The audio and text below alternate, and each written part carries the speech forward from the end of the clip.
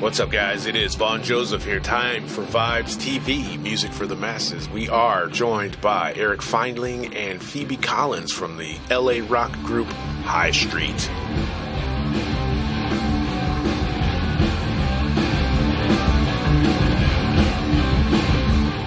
Okay, so welcome to the show, guys. Thanks for joining us. So we are joined today by Erik Findling and Phoebe Collins, two members of the group High Street out in Los Angeles, California. Thank you both for taking the time out of your sunny California life to join me.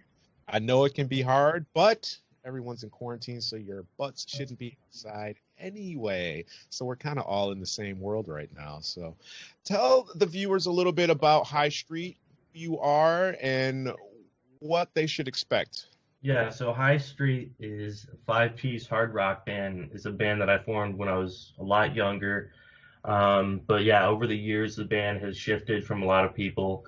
And so recently coming out here to LA, I held auditions for a new lead singer, as well as a new drummer and a bassist. And we were lucky to come across Phoebe, as well as some other new members that are not with us here today. But we played our first show back in November at the Whiskey A Go-Go in Hollywood. So that was a success. And once this whole virus thing blows over, we're planning on playing a lot more shows and recording some new music. That's pretty cool. Phoebe, how did you get into music? Because I mean, and I want to ask this to Erik as well, because you said you started off at 8 years old, which is extremely young to start a band. It's almost like that's just insane. But Phoebe, what were your origins? Like, did you start off singing like maybe at school or something else? So I dabbled a little bit here and there in like the school chorus, but nothing serious. And I didn't think that I would actually be a singer, and I didn't realize that I could sing until I was 8. And my mom actually bought me voice lessons as a birthday gift. And so I just kind of kept going from there. And as I started taking lessons, I got more and more serious about it. Went through a couple different voice coaches, and now I have a voice coach that I'm still Skyping with back and forth from New Hampshire. So really like that, my voice coach now, and I've definitely grown a lot through the lessons. That would be like my one advice to anyone that wants to sing, is just go with lessons, because you don't realize how much they're helping you until years later. You just grow so much through them. So yeah. Excellent. Erik, how did you get started in a band at 8 years old? Your brother was just 2 years older, I think you said. So yeah, we're both super young, man. Yeah, I mean, that's the question of the day right there. A lot of people ask me about that.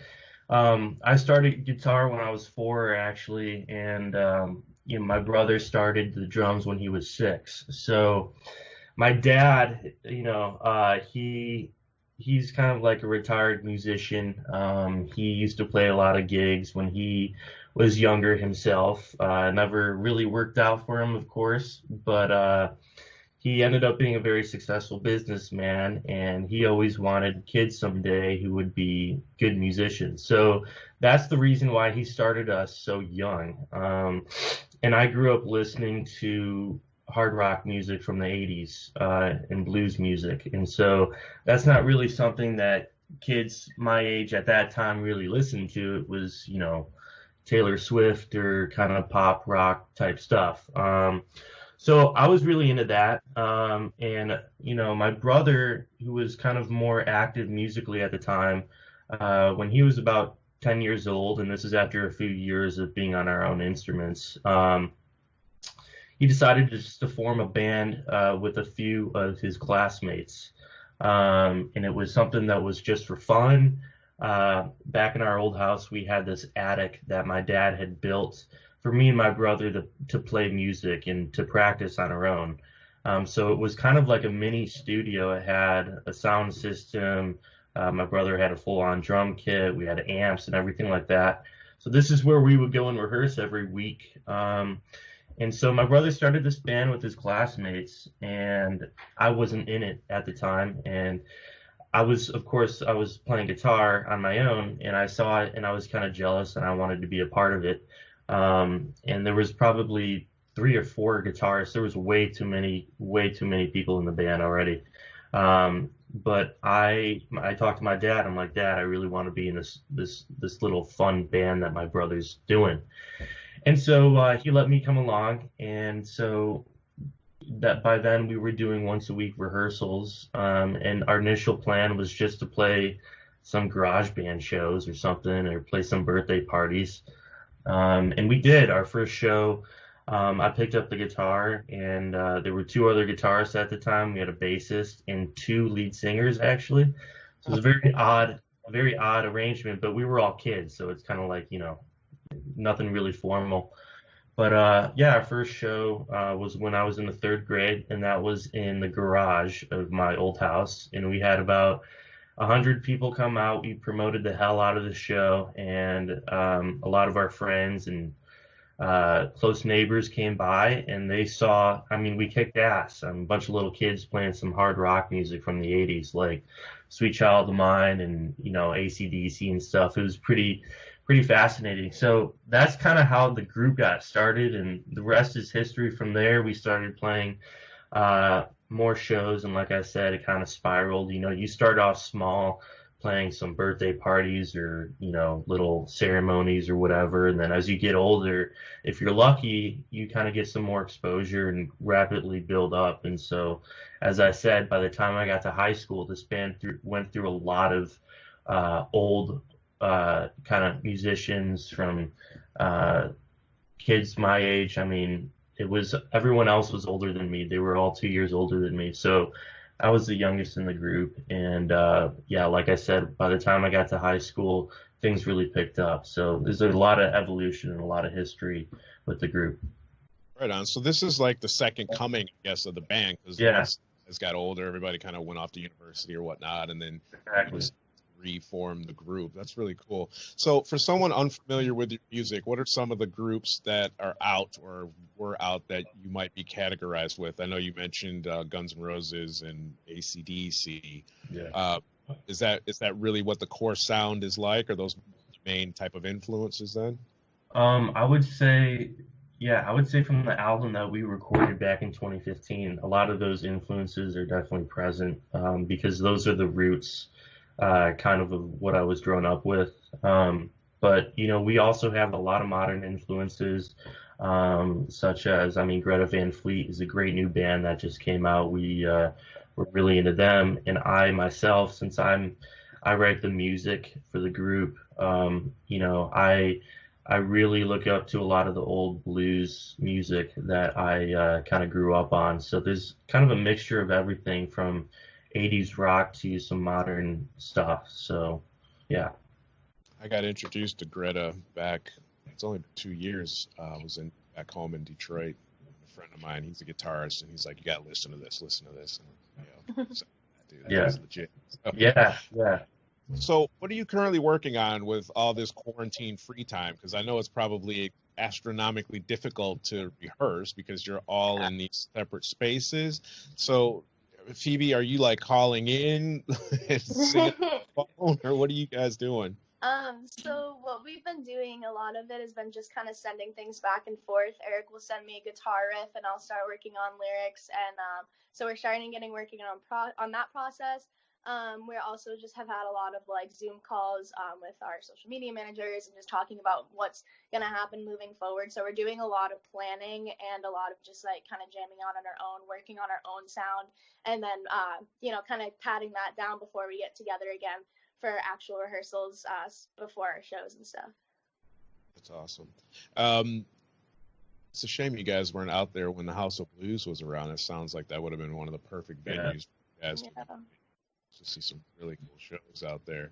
How does the music scene in LA differ than it does in Chicago, for example? Because it's a pretty big, thriving music scene in Chicago. I don't know about New Hampshire because I've never been to New Hampshire. There's nothing in New Hampshire for music. The closest thing for anything entertainment would be Boston, which was only an hour away from me. So I did a lot of like auditions and stuff there. But there's even in that, there's only so much going on. So that's why I moved out here, was for all of this. But Erik, when you were in Chicago, you were playing. Did you with a band then, or did you just scrap everything and then reform when you moved to LA? Maybe I missed that bit. Yeah. So back, like I said, in 2014 when we finished our album. Right. Right after then, like I said, everyone was 2 years older than me.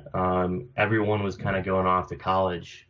So yeah, the band split up for a few years. And what I did during that time is I explored many different genres. I really got into jazz music actually, and I played a lot of jazz gigs in the Chicago area that I had booked myself. But even younger with the band, we played some great shows in the city. And so that was, I mean, there's a pretty good music scene in Chicago. It's just a lot different out here in Los Angeles. Of course, it's much more spread out. Kind of the venues are a lot farther apart and everything, whereas Chicago, it's a little bit more intact, and there's a lot of kind of mainstream venues. So yeah, I played a variety of shows at rock venues, jazz venues, blues venues. I used to go on stage when I was a kid and do blues jams, and there's a fantastic kind of scene for that. So there's a good variety of stuff in Chicago to play live. Do you think at some point you might branch off and have a blues band as well as the rock band? Like, because I know like a lot of bands do this. Like I mean, I could just name tons, Yeah. you know, Primus and so on. They all have these multiple bands that they're involved in. Does that sound like something that might interest you, do you think? I think it's possible for sure. I think that right now, of course, I really want to focus on this group and getting us established. But eventually, yeah, of course. And I always want to be true to my playing and kind of whatever I'm into at the moment. So if I go through a huge blues phase, I might want to put together a band of 3 or 4 guys to play live with, because there's a lot of musicians, and like for example, Slash is one of my guitar heroes. He's a phenomenal blues player, and so he's played with guys like B.B. King and a whole host of people, and he kind of does stuff on the side when he's touring in between his main stuff. So stuff like that I think is definitely open, and the main thing for me is that I always just want to be performing really no matter what it is. So yeah, definitely I think that could be a potential opportunity. I've got a friend who does a Guns N' Roses tribute band called Hollywood Roses. And Yeah, I've heard of them. Slash a time or two. Why the move to LA instead of maybe like New York or even like Nashville? Because I know you've got that blues aspect background to you as well. What was the attraction to LA? Well, Nashville was a pretty big consideration for me. School was actually kind of a big part of it. I was just graduating high school from Chicago, and I wanted to, number one, I wanted to be in a warm climate because I couldn't stand the weather in Chicago anymore. I'd grown up there my whole life, and it was just ridiculous. So I wanted to get out of there to a warmer climate. New York, I was considering as well. I had played many times there, a lot of jazz shows as well. So it was really between LA, New York, and Nashville, and I wanted to get really into the music and entertainment industry, and my dad was like, well, you need to go to LA for that. I also wanted to get into film scoring, which is kind of, writing music for television commercials and stuff like that. So that's ultimately what I decided on, and I applied to schools all around the country, like USC, Juilliard, Berkeley School of Music, and I had a lot of options, which was great, but I came across CSUN, which has isn't as well known, but it has one of the best music programs in the country, actually, and they have a phenomenal film scoring program. So that's a huge reason for coming out to LA for me. And so I've been here for about 3 years studying film scoring, and I've made a lot of connections with people in the industry, a lot of great music supervisors and stuff like that. People can not only help the band, but help me with my own career and kind of what I want to do. So that's a big part. And then another part is just I wanted to be in a great music city. And that's what all three of those cities have in common, is that they're great music cities. Nashville is kind of more of recording. LA has a great kind of performance live show. And then, New York, and then LA is really kind of music and entertainment based. So I wanted to come out here. There's a lot of variety, and so I kind of see myself staying here for quite a while. Phoebe, coming from the really cold New England area, Yeah. I like Erik. I moved from Michigan because I was just like, forget it. I can't deal with this cold stuff anymore. Why not the move to New York for you? Same question, basically, because I know that's probably. I'm sure your parents were probably like, go to New York, don't go all the way to LA. Yeah, no, I got a lot of that. Like, why not go to New York? It's only 4 hours away. I'm not a huge fan of New York in general. It's still cold. I don't like the cement playground idea. I like green. I like nature. And something about California just really attracted me because I do want to do a lot of exploring, and I like hiking and snowboarding and all that. So I knew that I could do all of that out here. And I also came not only for the music, but for the acting and the entertainment, like film acting, because New York is a lot of Broadway, and there is a lot, definitely more going on there than there was in New Hampshire, but everything is in Hollywood and, Los Angeles. So, that was a huge part of the reason too. Right on. Yeah, LA or California in general is really dope like that. I mean, you can be in like the Beverly Center and it's like 90 degrees and you can actually see snow on the mountains, Yeah, exactly. You could go surfing and snowboarding in the same day, and that's really what attracted me. And I've gone like on a lot of road trips. I went and explored Death Valley. I want to go up to Yosemite National Park. All of those kind of things were like kind of what set me over the boundary to come here. Yeah, California is definitely amazing like that. Yeah. What has been one of the most challenging aspects of creating a song for you? Because I know, and I'm a musician as well, but I'm not in a band, never have been really. I mean, I sang, but it wasn't to the level that you guys are at right now, playing at Grammy parties and whatnot.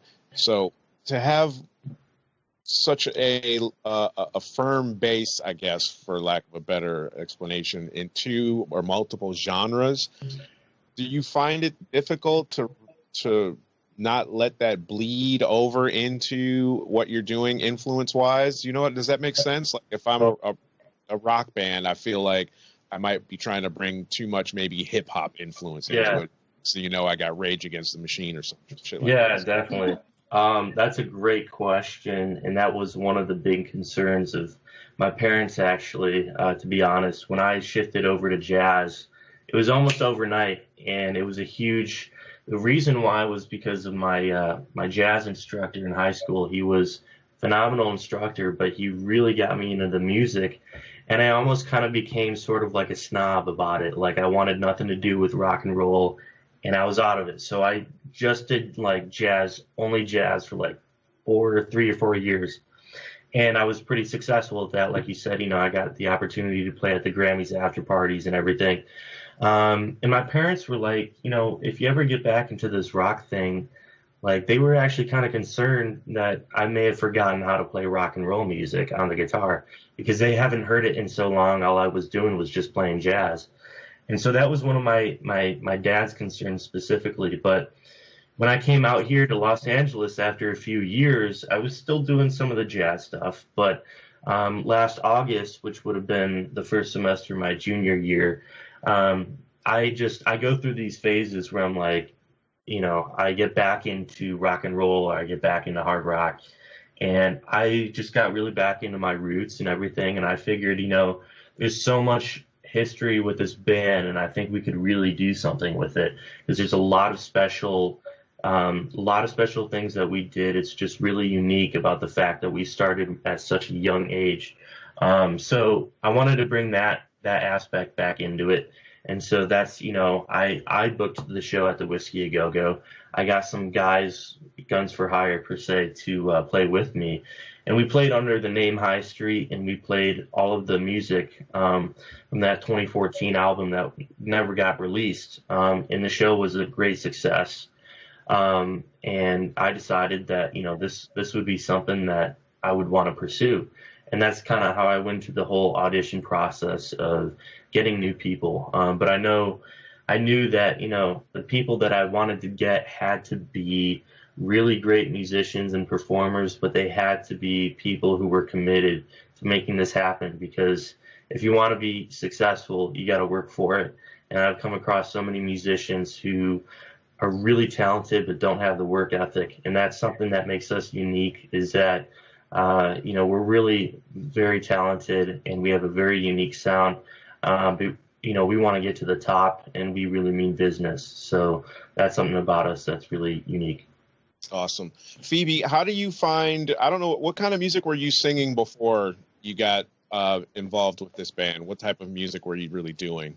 I've done everything. I've gone through phases of absolutely everything. Obviously, when I was 8 years old and starting to sing, I was trying to sing Kelly Clarkson and Taylor Swift and all of that, things like that. But as I got more into it, rock music just really reminds me of my childhood because it's what I grew up with, just like Erik. It wasn't so prominent in my life. I just remember driving in my dad's pickup truck with the windows down, camping, like listening to the Eagles, Best of the Eagles album, and like stuff like that. And it just, when I kind of got back into that as a teenager, it just reminds me of like being young and being happy, and that's why I started singing it. So what I started with when I got into rock was doing like kind of modern covers of Beatles and Eagles songs and kind of making them my own. And then as I got more into it, I was like, I really want to explore like this rock part of my voice. So I've gotten definitely more into that, more into the hard rock sounding, like, I don't know what to call it, just, more of that hard rock sound instead of the pop and the soft stuff.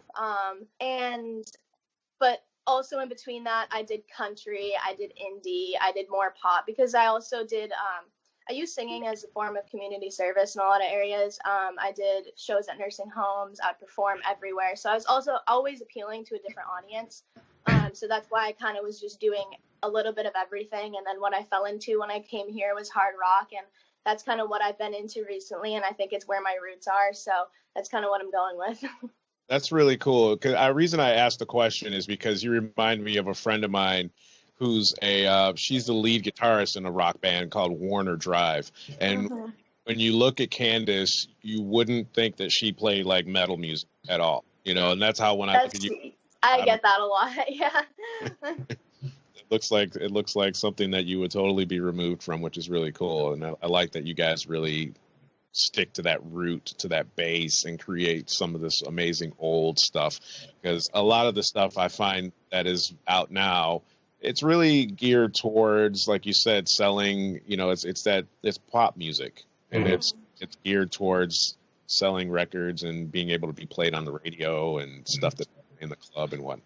Yeah. And, you have people that have this formula down of songwriting that they just know what's going to be a hit. And I like straying away from that, taking risks, doing different things, and, Yeah. At some point, you're going to have to do... Oh, yeah.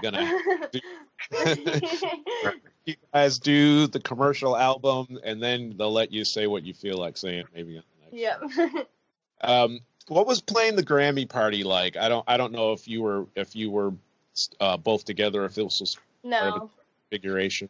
Yeah, so this was during the time when I was kind of going on my own solo path after the band had broken up.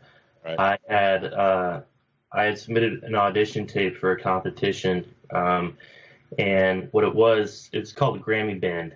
Basically, it was comprised of the top high school jazz musicians in the country. It's a big band, and they bring them out to Los Angeles for a whole week.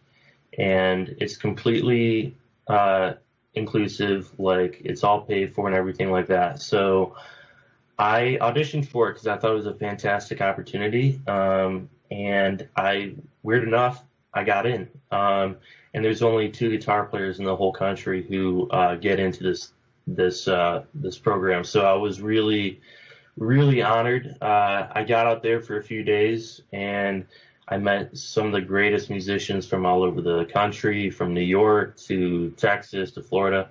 So I really made some great connections, and we rehearsed for about 2 days. They gave us all the music in advance before we got out there. And kind of the highlight of the week is that you get to play at the Grammy Awards after parties. And so we got a free pass to all go to the Grammys, which was great to see nonetheless. And by the way, it's completely different in person than it is like that you see on television, because it's totally televised and everything. But after that, we started playing at the after parties, and that was really significant. I got to meet some great artists in the industry like Skrillex and, you know, Chance the Rapper and stuff like that.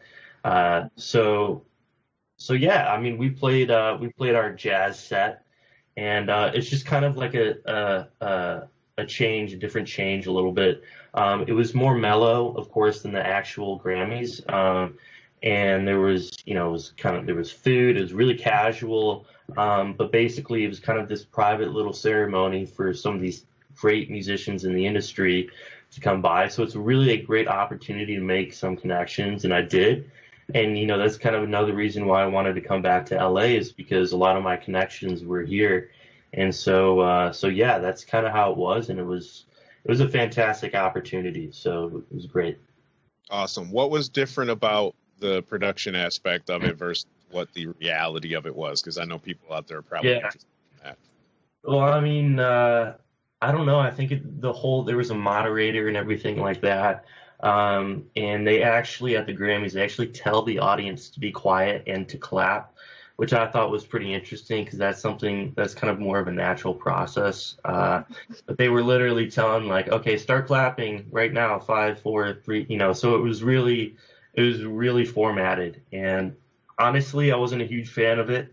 I would rather watch it on TV, of course, but anyway, it was a great experience nonetheless. So yeah, it's very production based. Oh yeah, definitely.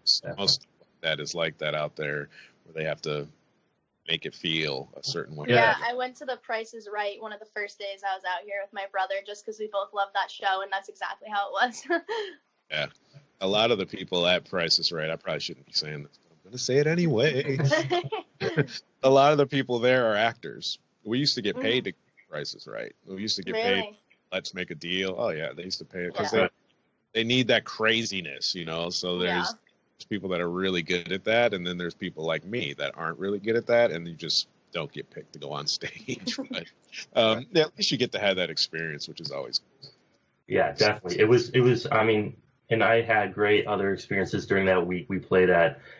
We even recorded an album at Capitol Records, which was great.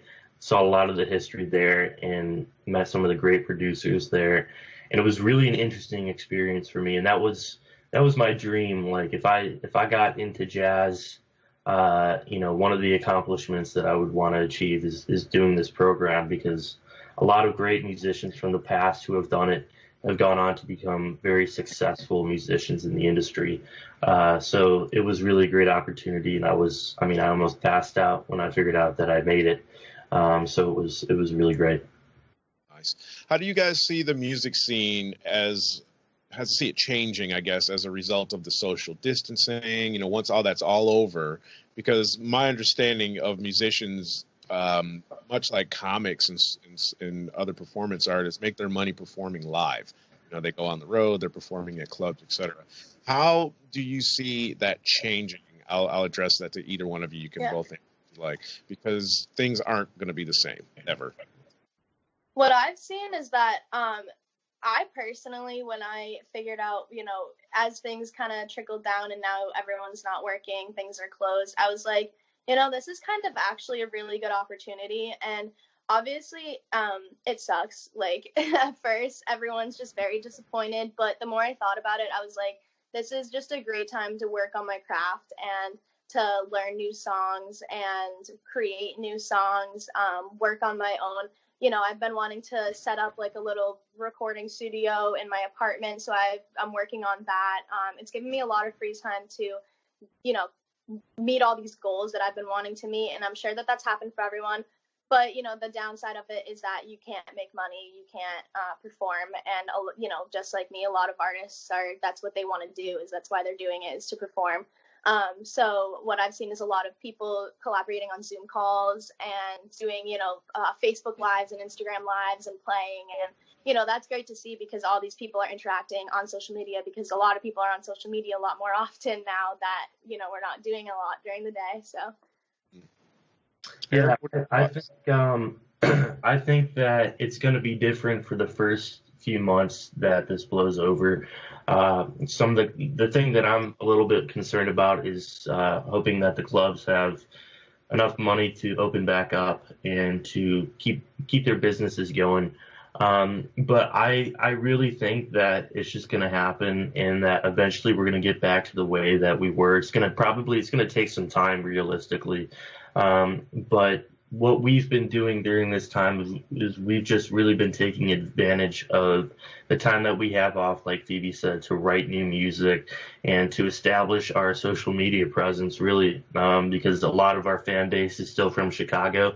So we're really building our LA fan base, and we're having a lot of support from our team from that. And again, building great connections always helps.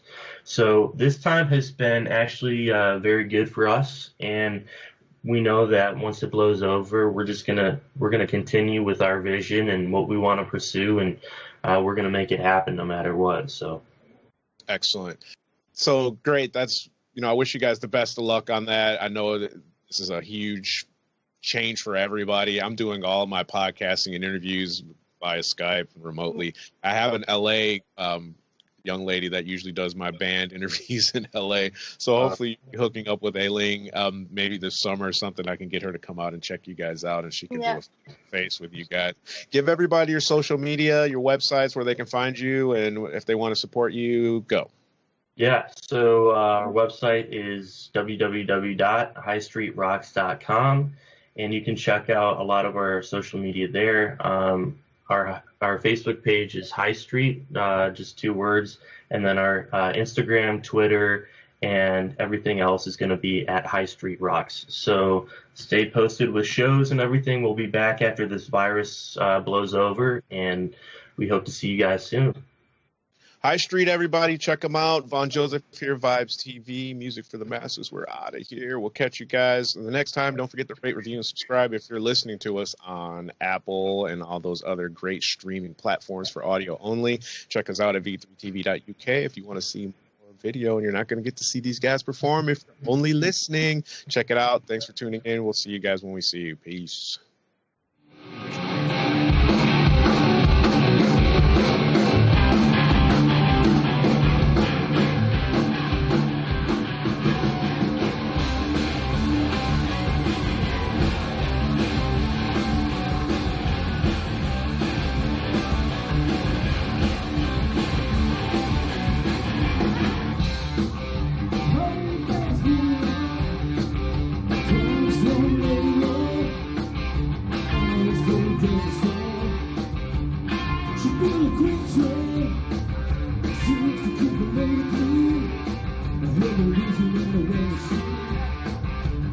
She's always